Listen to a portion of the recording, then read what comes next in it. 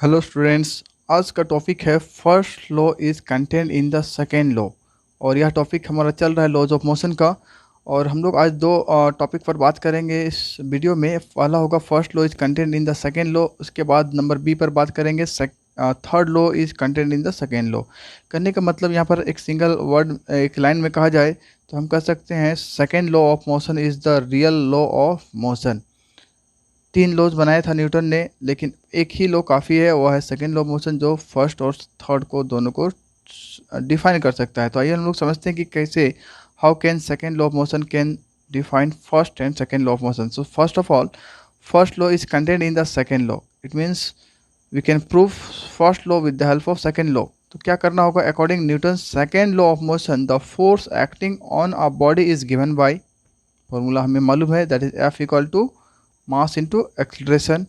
उसके बाद in the absence of any external force, इस लाइन को थोड़ा अच्छे से समझना है क्योंकि फर्स्ट लॉ ऑफ मोशन कहता है a body continues to be at state of rest और uniform motion unless an external force act on it. यहाँ समझना है कि unless an external force act on it, जब तक उस पर फोर्स ना लगे किसी बॉडी पर तब तक वह या तो रेस्ट में रहेगा या तो यूनिफॉर्म मोशन में। पहले जो होगा वही स्टेज में वो रहेगा, रेस्ट तो रेस्ट में, और अगर यूनिफॉर्म मोशन में रहा होगा तो उस यूनिफॉर्म में ही रहेगा। तो हम यहाँ कहना चाह रहे हैं कि हमारा एक्सप्रेशन है सेकेंड लॉ ऑफ मोशन से हम कुछ दिखाना चाहते हैं फर्स्ट लॉ ऑफ मोशन। तो ये हो गया एफ इक्वल टू एम में, जबकि फर्स्ट लॉ ऑफ मोशन कहता है कि इन the absence of external force, मतलब फोर्स नहीं लग रहा है। फोर्स नहीं लग रहा है, इसका क्या मीनिंग हुआ? The force acting on the body is zero. हम लोग लिख देंगे एफ इक्वल टू जीरो, और इसी चीज़ को हम लोग इक्वेट कर देंगे इस वाले पार्ट में, यहाँ पुट कर देंगे F that is equal to zero, और हमें मिलेगा m a equal to zero. और इससे हम लोग आगे बढ़ेंगे तो हमें दिखाई पड़ेगा, क्योंकि यहाँ पर एक बात का ध्यान रखना है, ये जो मास है m, this can not be zero, क्योंकि कोई मास जीरो होता ही नहीं है। तब जीरो, क्योंकि ये इक्वल जीरो बताया गया है, तो इसका मतलब जीरो कौन होगा? तो एक्सेलरेशन जीरो होगा। और हम लोग यहाँ देख पा रहे हैं एक्सेलरेशन इज जीरो। तो यहीं पर हमारा प्रूफ हो जाता है फर्स्ट लॉ ऑफ मोशन। लेकिन समझ में आया कि नहीं, ये सबसे बड़ी बात। देखिए फर्स्ट लॉ ऑफ मोशन क्या बोलता है कि बॉडी स्टेट ऑफ रेस्ट में होगा या यूनिफॉर्म मोशन में होगा जब तक उस पर कोई फोर्स ना लगे, अनबैलेंस्ड फोर्स। अब हम देख पा रहे हैं कि एक्सेलरेशन जीरो, एक्सेलरेशन जीरो होने का मतलब क्या है? एक्सेलरेशन जीरो होने का मतलब है बॉडी का जो स्पीड है वह उसी स्पीड में चल रहा है। या आप एक्सेलरेशन का फॉर्मूला लिखिए v minus u by t that is equal to zero, तो आप वहाँ पाएंगे v is equal to u. आप कहेंगे जो फाइनल स्पीड है वो इनिशियल के बराबर है। मतलब पहले अगर चल रहा था 20 किलोमीटर पर आवर से, तो अब भी चल रहा है 20 किलोमीटर पर आवर से, दोनों अभी तक इक्वल है, और फर्स्ट लॉ ऑफ मोशन को ये सेटिस्फाई करता है। So this is the reason how we can prove first law of motion with the help of second law. Next our topic is third law is content in the second law. तो आइए हम लोग बात करते हैं। देखिए यहाँ पर थोड़ा सा आपको कंजर्वेशन ऑफ मोमेंटम का हल्का सा कॉन्सेप्ट का यूज़ किया गया है, और उस पर उसके बेस्ड पर इस वाले टॉपिक को समझाने का प्रयास किया गया है। तो आइए हम लोग स्टार्ट करते हैं। Consider an isolated system. सबसे पहले इस पर थोड़ा डिस्कस करते हैं कि एक आइसोलेटेड सिस्टम क्या होता है। आइसोलेटेड सिस्टम करने का मतलब एक ऐसा सिस्टम जो बाकी सिस्टम के फोर्स से फ्री हो।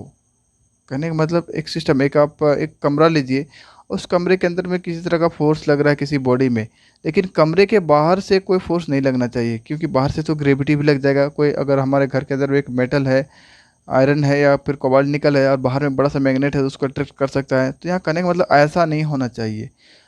और वह जो सिस्टम है वह पूरी तरह से फ्री होना चाहिए बाकी सारे आउटसाइडर फोर्स से, तो जो उसको अफेक्टेड ना करे। तो ऐसा सिस्टम हमारा यूनिवर्स है। पूरा यूनिवर्स एक बंद सिस्टम है, बड़ा है अलग बात है, लेकिन है तो एक आइसोलेटेड सिस्टम। तो हम उसी के अकॉर्डिंग यहाँ पर बात करेंगे और आगे बढ़ते हैं। Suppose the two bodies interact mutually with one another. Two bodies, मान लिया जाए दो बॉल है, एक ए है और एक बी है, दोनों एक दूसरे को इंटरेक्ट करते हैं, दोनों आपस में टच हो गए, टकरा गए। तब क्या होगा? एक ने फोर्स लगाया ए पर, दूसरे ने लगाया बी पर, तो एक हो गया एफ बी ए। इसको हम लोग पढ़ेंगे force exerted by A on B. और एक और होगा F A B, that is called force exerted by B on A. ठीक है। और इनका जो कॉरस्पॉन्डिंग फोर्स होगा that is rate of change of momentum, जिसे हम लोग लिखते हैं D P by D T. यहाँ पर हम लोग इसे लिख सकते हैं, ये पी बी क्या देख पा रहे हैं, तो चेंज इन मोमेंटम, डी लगा हुआ डिफ्रेंसिएशन का फॉर्म है यहाँ पर, और डी टी से डिफाइन किया, मतलब ये बन गया rate of change of momentum that is equal to force. उसके बाद आगे के टॉपिक में देखते हैं नेक्स्ट स्लाइड पर। नेक्स्ट इज, क्योंकि ए ने बी पर लगाया तो बी ने ए पर भी लगाया according third law of motion, and it force is F A B and it is the force exerted by B. आगे बढ़ते हैं, जैसा हमने बी पर जो rate of change of momentum के वो बताया, उसी तरह से ए पर भी rate of change of momentum है, and this is nothing but force, जैसा हमारा सेकेंड लॉ ऑफ मोशन का डेफिनेशन है। आगे बढ़ते हैं, according to the second law of motion. अब हम लोग क्या करेंगे, सेकेंड लॉ ऑफ मोशन के हिसाब से दोनों जो भी हमारा rate of change of momentum है उसको लिख सकते हैं। एक जो D P A by D T है, इसको हम लोग लिख सकते हैं एफ, ये मोमेंटम में चेंज किसका है, ए पर है। ए पर फोर्स किसने लगाया था, बी पर, तो इसकी जगह आप लिखेंगे this is equal to F A B, जैसा हम यहाँ देख पा रहे हैं, force experienced by B on A, और चेंज हुआ है मोमेंटम में किसका, ए का, और जब लगाया है ए ने बी पर तो मोमेंटम में चेंज होगा बी का, तो हम लोग लिख पाएंगे F B A that is equal to d p B by D t. अब क्या करना है, इन दोनों को आप जोड़ दीजिए, इसी पर आगे कुछ वर्क करना है। इन दोनों को जोड़ देंगे, लेफ्ट लेफ्ट के साथ, राइट राइट के साथ, तो आपको एक एक्सप्रेशन मिलेगा जैसा आप देख पा रहे हैं यहाँ पर, F A B plus F B A plus F A B that is equal to, सीधे हम लोग यहाँ पहुँचते हैं, इस वाले को कॉमन कीजिए पी ए पी बी को, और आप देख पा रहे हैं differentiation with respect to T, P B plus P A, इन दोनों को टाइम से डिफ्रेंशिएट किया गया है। अब यहाँ पर हमें डिस्कशन करना है कि जैसा हमने आपको सेकेंड लॉ ऑफ मोशन की हेल्प से फर्स्ट लॉ ऑफ मोशन को प्रूव करके दिखलाया, तो उसमें हमने कंडीशन लगाया जो कि फर्स्ट लॉ ऑफ मोशन कहता है, और वह कंडीशन है इन the absence of external force. अब वही बात को यहाँ पर फिर से रिपीट किया गया है, absence of external force rate of change of momentum must be zero. ध्यान से समझना है, कहता है कि जब कोई फोर्स लग ही नहीं रहा है, फर्स्ट लॉ मोशन यही कहता है कि फर्स्ट जब तक फोर्स ना लगे तब तक स्टेट चेंज नहीं होगा, मोशन का मोशन, रेस्ट का रेस्ट रहेगा। तो यहाँ पर हम लोग इसी बात को दिखलाएंगे कि absence of external force rate of change of momentum must be zero. और ये rate of change of momentum क्या होता है, ये तो फोर्स ही होता है, वही बात को यह कहना चाह रहा है। और एक आइसोलेटेड सिस्टम को थोड़ा सा ध्यान में रखना है हम लोग।